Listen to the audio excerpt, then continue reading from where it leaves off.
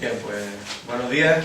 Agradeceros la respuesta a la convocatoria. Son varias las cuestiones que quisiera plantearles. Lo primero y principal, el motivo que me lleva a la convocatoria de la rueda de prensa, es que tenemos una cuestión pendiente desde antes de las fiestas, que no es otra que la modificación del procedimiento de aprobación de los presupuestos generales de la ciudad. Fue una exigencia del PSOE, en la reflexión y en la certeza de que tiene que ser el Pleno de la Asamblea quien apruebe inicialmente y finalmente los presupuestos, el que provocó la asunción de esta cuestión por parte del Gobierno, y el presidente del Gobierno de la Ciudad Autónoma se comprometió a que pasadas las fechas, las fiestas navideñas, abordaríamos esta cuestión. Por lo tanto, es tiempo ya de exigirle al presidente del Gobierno de la ciudad que atienda ese compromiso, que convoque esa reunión y que abramos la reflexión de la modificación del reglamento de la Asamblea. Tiene que ser el Pleno donde recae la soberanía del pueblo ceutí quien apruebe inicialmente y finalmente los presupuestos. De esa manera no se debilita el debate, no se cercena la posibilidad de debate como viene ocurriendo hasta la fecha. Nosotros advertimos ya de la posibilidad de judicializar esta cuestión, paralizamos las actuaciones en base a ese compromiso de abordar esta cuestión después de estas fiestas, y por lo tanto es tiempo ya, como digo, de exigirle al presidente del Gobierno que cumpla con esa cuestión y mantenga esa reunión con la oposición, al menos con el PSOE, porque es nuestra intención de abordar este tema. Bien, quisiera también hablarles de este fin de semana, como no puede ser de otra manera. Hemos celebrado en la sede nacional del partido, Ferraz, un comité federal trascendental que ha puesto en marcha un proceso de reflexión sin precedentes en la historia democrática de ningún otro partido en nuestro país.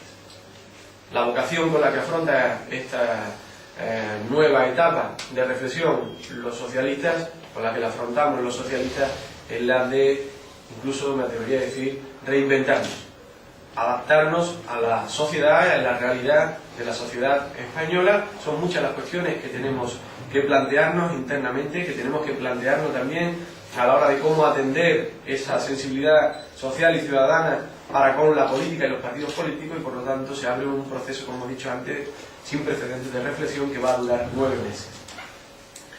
Hay una primera etapa de diálogo, de conferencias monográficas que se desarrollarán hasta el verano. Después del verano abriremos ese proceso de reflexión, de recapitulación de todas las ideas, de todas las propuestas que hayamos sido capaces de ir acumulando, para finalmente en otoño, en una conferencia política, ponerlas todas en orden, asumir aquellas que pudiéramos y que entendamos son más interesantes y culminar con ese proceso de reflexión. Son 5 los bloques, los grandes bloques de diálogo. Europa será el primero, crecimiento, modelo productivo y empleo el segundo, fiscalidad el tercero, profundización democrática y reformas institucionales el cuarto, y por último el Estado social del bienestar, educación y sanidad. Todas las aportaciones que se vayan asumiendo, que vayan llegando, van a ser tenidas en cuenta, pero se va a poner un acento mayúsculo en la participación de la sociedad en su conjunto, de los movimientos sociales a los que queremos representar. Por supuesto, a los miles y miles de militantes socialistas, pero también se abre la oportunidad de la sociedad, de los colectivos sociales, para que puedan participar con sus aportaciones en esta reflexión. Personalmente, a mí esto es lo que me parece más interesante, hacer un PSOE a través también de la participación de la sociedad española en su conjunto, porque somos un partido conjunto de gobierno, somos un partido que aspiramos a representar al país y, como siempre decimos, seguir siendo el partido que más nos parecemos a la sociedad española. Por lo tanto, nos venimos con la sensación, los socialistas ceutíes, de que afrontamos una labor muy importante, que va a ser, sin duda, un momento histórico para el socialismo español, y con esa responsabilidad lo afrontamos. Tuve la oportunidad, se ha conocido a través de distintos medios, de intervenir en el Comité Federal y poner el acento en una cuestión que me parece también fundamental, porque dentro del proceso de reflexión que abrimos hay uno muy concreto sobre el modelo territorial. Se va a celebrar un consejo territorial donde participan los 19 secretarios generales de las distintas federaciones, más los portavoces de las cámaras, tanto Congreso como Senado, para hacer esa puesta en común y ese desarrollo final de la reflexión sobre el modelo territorial, la evolución natural que entendemos del sistema actual autonómico hacia el federalismo. Y por eso en mi intervención quise dejar claro, y hacerlo en términos, si lo quieren, incluso de exigencia, de que Ceuta tiene que estar muy presente en ese modelo y en esa reflexión.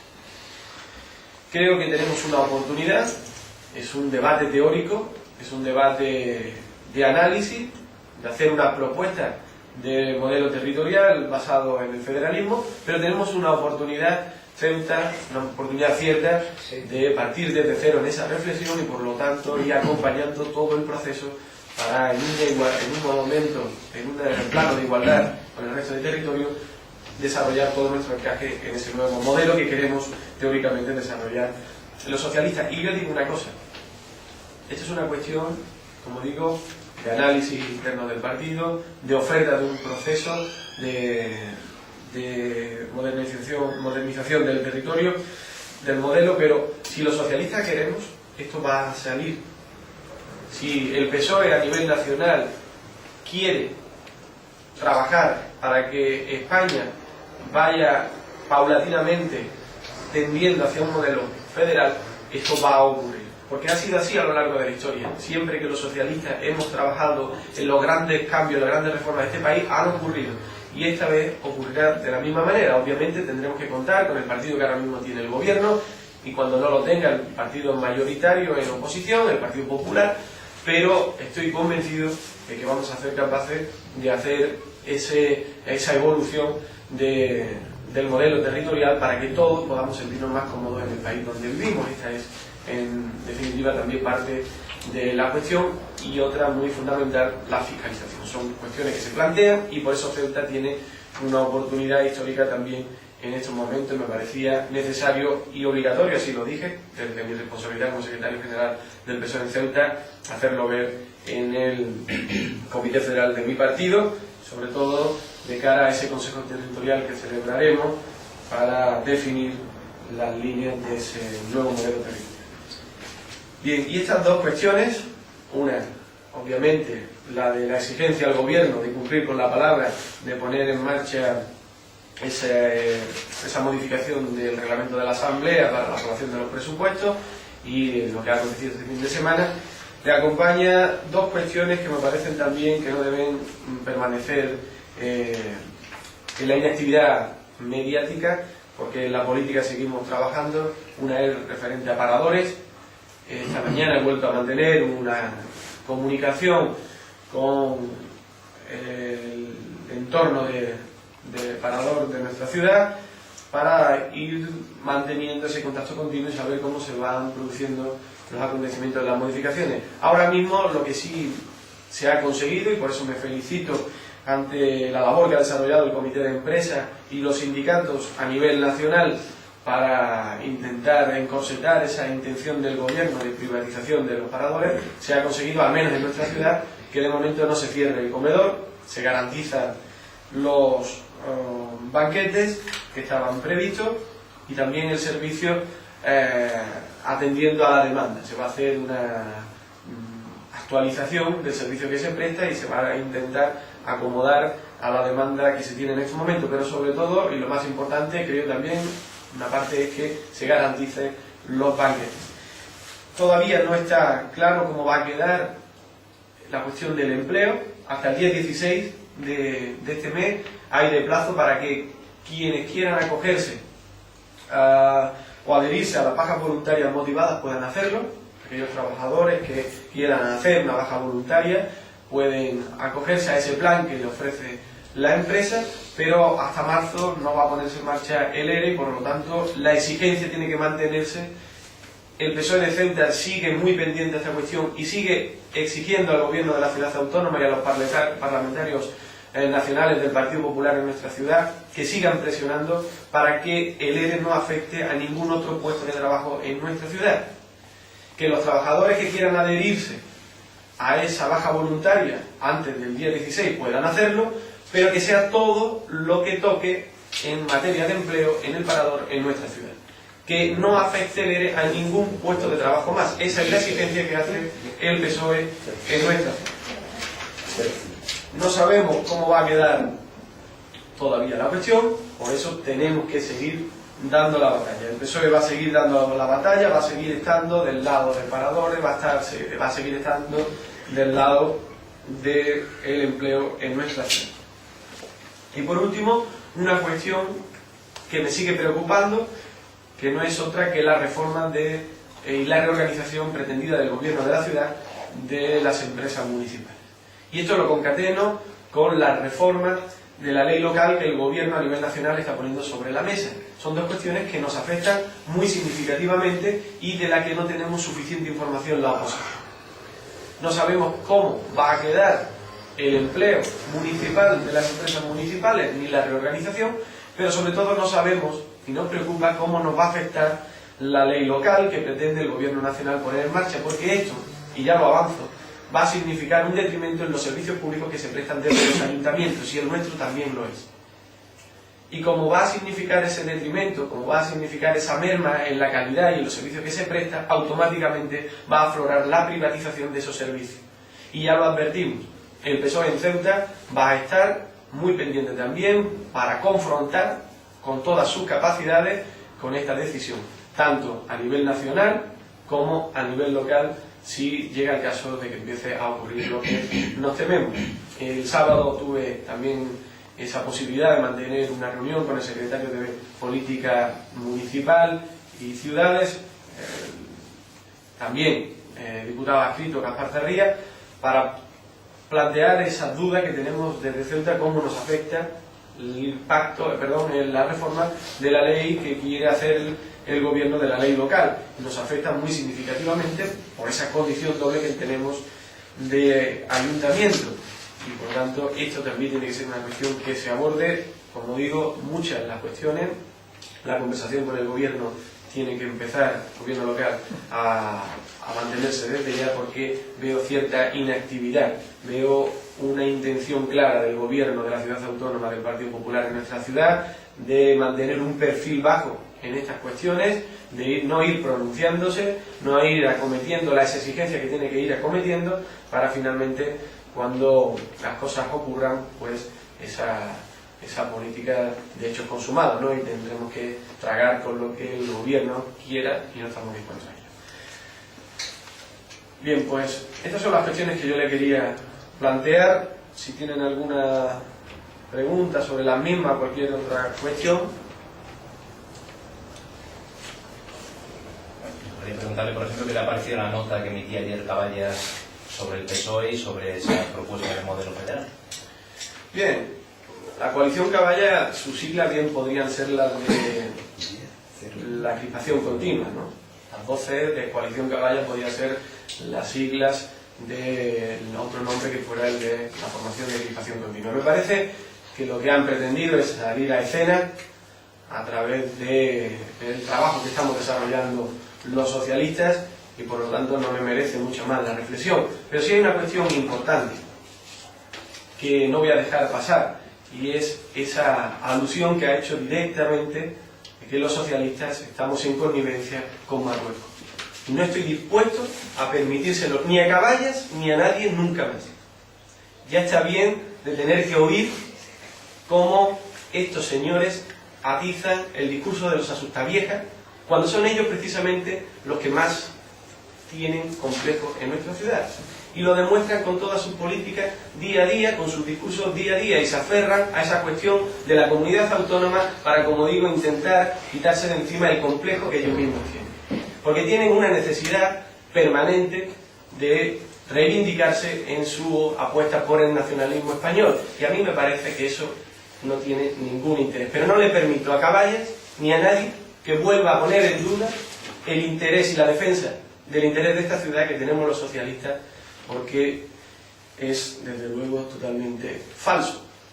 Comunidad autónoma es una reflexión que ya se abrió, pero estos irresponsables de la coalición Caballa nunca dicen cómo podría ponerse en marcha el proceso de conversión de comunidad autónoma en nuestra ciudad. Y yo lo he dicho ya, pero lo que pasa es que no quieren oír. Yo he dicho ya muchas veces, y al gobierno de la ciudad autónoma del Partido Popular, que si demuestran cómo podríamos convertirnos en comunidad autónoma desde el punto de vista de la sostenibilidad económica, el PSOE de Ceuta será el primero en línea de pancarta. Y además les exigimos al gobierno del Partido Popular un estudio y un análisis profundo de la posibilidad de convertirnos en comunidad autónoma, que el gobierno asumió y que supuestamente se sigue elaborando después de ya casi más de un año. Y eso es la cuestión, esta es la realidad. Si quieren jugar a confundir a los ciudadanos, a insultar a los socialistas, a intentar quitarse ese estigma que ellos creen que tienen y que yo creo que nadie les señala, pues que sigan haciendo. Pero desde luego no vamos a permitirle ese tipo de pronunciamientos ni a la coalición Caballa, ni al señor Arostegui, ni al señor Ali, ni a nadie más. Bueno, esto se ha referido a que la nueva legislación sobre ayuntamientos podría desembocar en la privatización de algunos servicios. ¿Eso podría repercutir en empleo local, en empleo dentro de la administración pública? Sin duda, sin duda. Hay ahora mismo una intención clara. El gobierno siempre se preocupa y se ocupa mucho de poner la coletilla de estructura. El gobierno siempre está diciendo que va a defender hasta el límite de sus posibilidades, tampoco lo asegura, el empleo estructural. Por lo tanto, tampoco hace referencia al empleo público a través de distintas vías que tiene la ciudad autónoma, la administración local en nuestra ciudad. Yo creo que sin duda vamos a vivir unos momentos de dificultades, porque ni hay una claridad en el camino que tenemos que seguir por parte del gobierno, pero además nos afectará sin remedio esa ley que el gobierno pone sobre la mesa de reforma de la ley local. Así que el empleo es una de las cuestiones que tiene que ser defendida en estos momentos, más allá de exigirle al gobierno que sea capaz de activar la economía para crear nuevos puestos de trabajo en nuestra ciudad, no solo a través de la administración, pero el empleo que ya existe también está en riesgo, y eso es lo que tenemos que ser capaces de conocer. ¿Qué plan tiene este gobierno para afrontar esas cuestiones que se nos vienen encima? Hasta ahora, como digo, está dando la callada por respuesta, está manteniendo una actividad de perfil bajo para que estas cuestiones no se vayan planteando a nivel de la sociedad, pero sin duda este es un problema que nos atenaza y que tenemos en cierre. Sí. De las visitas de mañana del señor Vivas en Madrid, en materia económica, ¿se ha consultado con la oposición? ¿Se le ha pedido a la oposición algún tipo de propuesta? ¿Se ha dicho algo? No, el gobierno se mantiene en esa actitud de ir dando los pasos en solitario, pero sí requiere de la oposición cuando son dificultosas las cuestiones a plantear a la sociedad. Y me refiero y me explico. Cuando el gobierno quiere plantear una cuestión que es difícil, busca a la oposición, busca a la mesa por la economía, intenta conseguir el consenso para diluir la responsabilidad en esa decisión.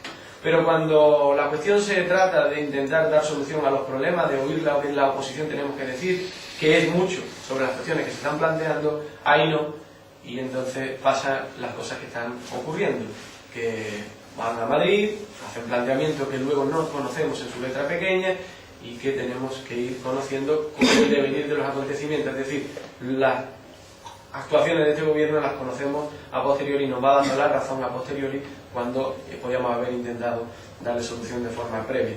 No tengo ninguna información sobre la agenda, más allá de lo que conocemos a través de los medios de comunicación, y lo de siempre es esperar que al menos a la vuelta se nos informe de todas esas conversaciones y de todas esas cuestiones que se hayan planteado. A primero de año, el señor Oliva intentó reunirse con usted, que es lo que pretendía, porque usted no pudo... Sí, esa fue una reunión que el presidente del gobierno quería mantener para plantearle a la oposición cómo se podían los contratos que se tuvieran que hacer obligatoriamente con la administración encorsetar. Es decir, quiere el gobierno establecer una fórmula para que todo el que contrate pues tenga una serie de exigencias, entre otras, y lo hemos planteado siempre, el número de contratos que pudieran hacerse de personas desempleadas en nuestra ciudad. Pero esta es una cuestión menor, porque es una cuestión que ya se ha debatido en la Mesa por la Economía, esta es una cuestión que ya viene muy trabajada y por lo tanto el que no pudiera celebrarse aquella reunión no tuvo más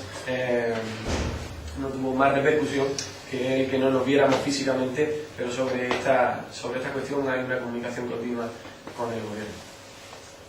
¿Tiene algún ejemplo, ha hablado de privatizaciones posibles, ¿tiene algún ejemplo de esos servicios que podrían privatizarse? Bueno, pues este es el gran problema, y es que el gobierno hizo una primera oferta del proyecto, el anteproyecto de reforma de la ley. Nosotros a nivel federal nos opusimos y el gobierno la retiró, pero la ha vuelto a presentar con las mismas cuestiones que nosotros nos hace imposible estar de acuerdo con esa propuesta de reforma de la ley. Sobre cuestiones concretas, lo que está claro es que el municipalismo es la primera línea de ataque a los problemas que tienen los ciudadanos. Es el ayuntamiento, la primera administración, la más cercana a los ciudadanos, quien tiene que prestar servicios que ahora mismo, bueno, pues hacen que se pueda ir subsistiendo. Políticas sociales de atención a las necesidades que tienen las familias en estos momentos. Y empiezan a verse como muchos ayuntamientos gobernados por el Partido Popular quieren ir quitándose esa responsabilidad que le tienen encomendada la ley de base, que le tienen encomendada el propio reglamento de sus ayuntamientos. Cuestiones concretas ahora mismo estamos pendientes de cómo puede afectar, y esta es la gran preocupación que tenemos en estos momentos. Cómo puede afectar esa ley, esa propuesta de ley que hace el gobierno a nivel nacional en los ayuntamientos y también en la ciudad autónoma de Ceuta, porque tenemos esa doble condición.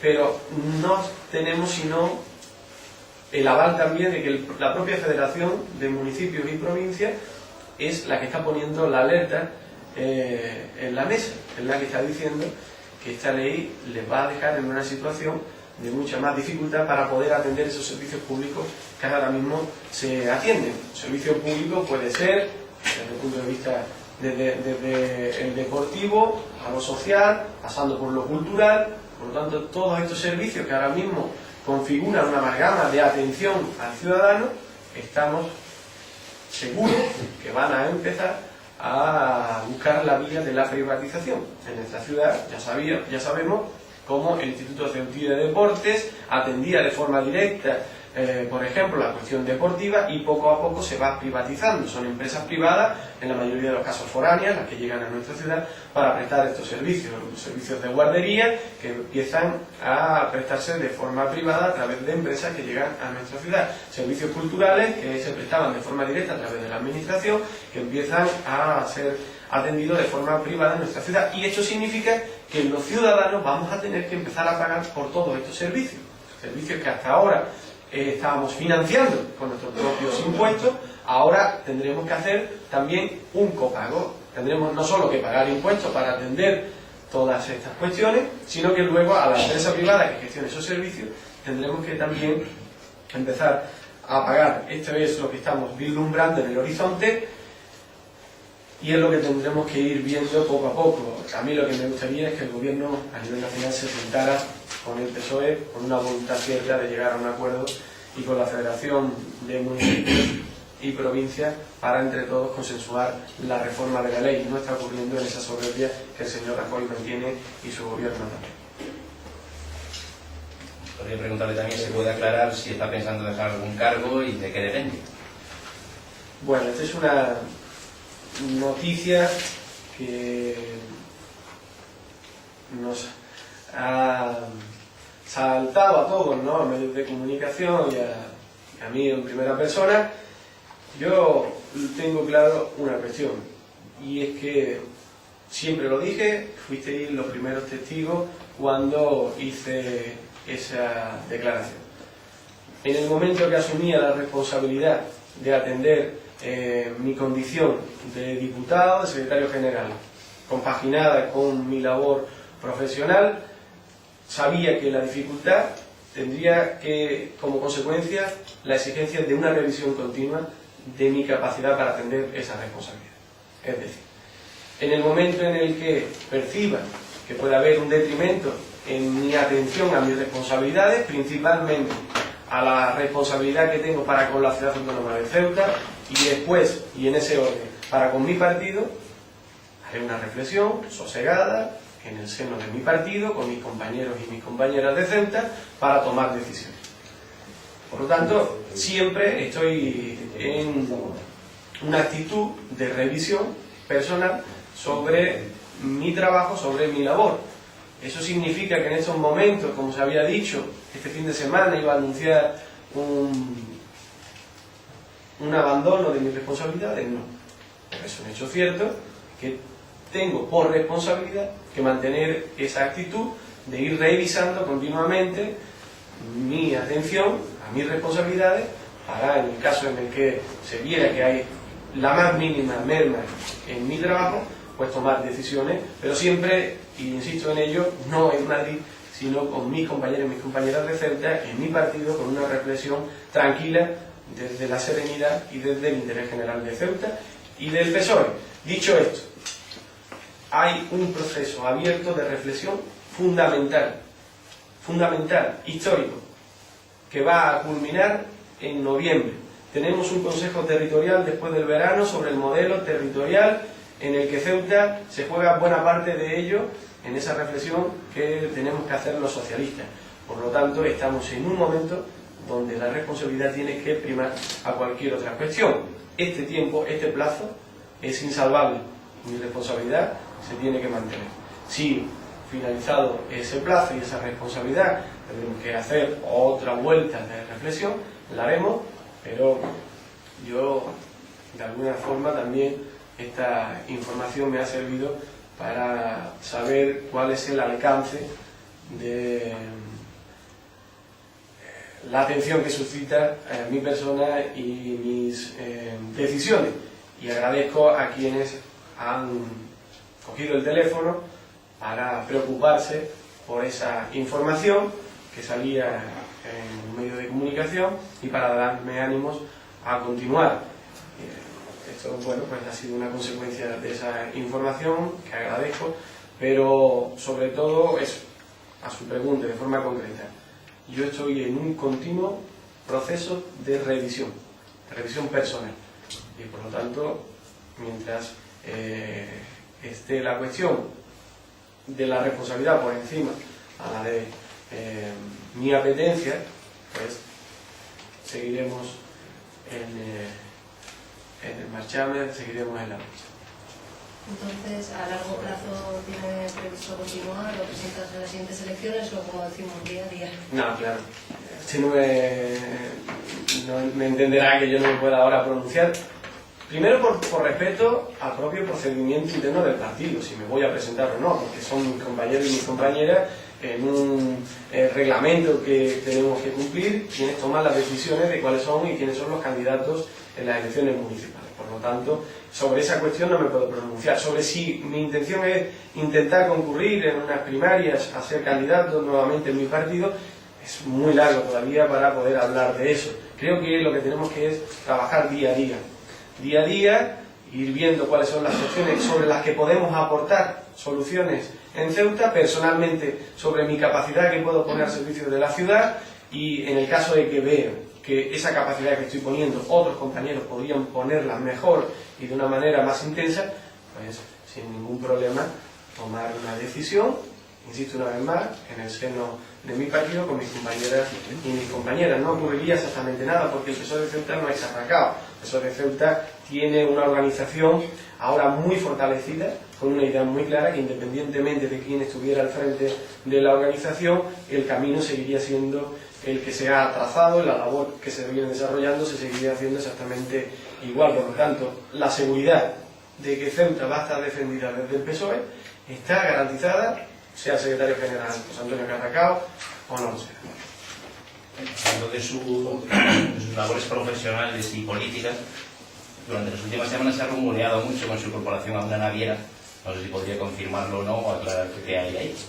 Bueno, a veces me siento un poco como la Pantoja, ¿no? Porque son cuestiones muy personales sobre las que tengo que estar pronunciándome últimamente, pero no me importa. A veces me lo afean, también se lo digo, mis compañeros y compañeras, que hablo de manera demasiado abierta de mi propia vida privada, pero no tengo nada que ocultar. Yo no trabajo para ninguna naviera, por lo tanto, a su pregunta, mi relación con una naviera no es tal. Así que eso es lo que le puedo decir hasta donde usted me ha preguntado. Pero si lo que quiere saber es qué hago en mi tiempo libre, además de estar en mi función de funcionario, bueno, pues a veces, de forma no continua, pero de una manera sí permanente, trabajo la contabilidad de unas agencias de viaje. Por lo tanto, eso es quizás lo que usted ha podido oír y ha interpretado como una incorporación a una naviera.